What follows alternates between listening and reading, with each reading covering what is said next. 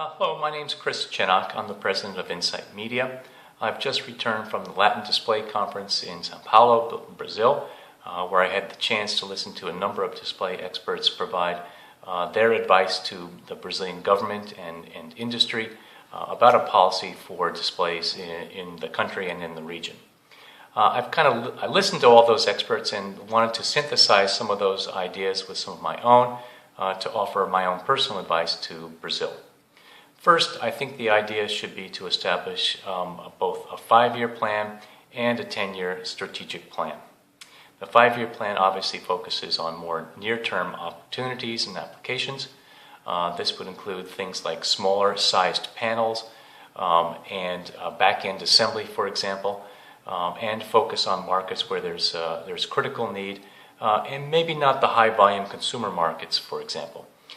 So my thinking is focus on opportunities and applications in medical, in automotive, in retail, and perhaps in other smaller sectors where back-end assembly of products can be effective, where development and manufacture of smaller scale LCDs or e-paper displays can be effective since the barriers to entry are lower there.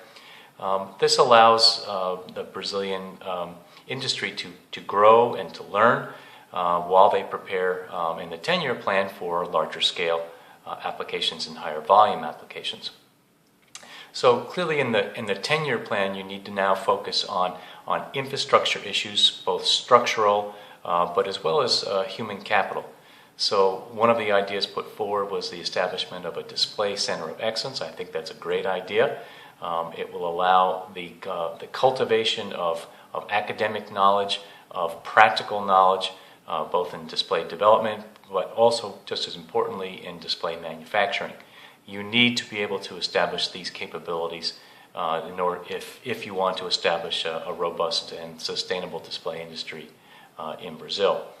So I think that's a good idea.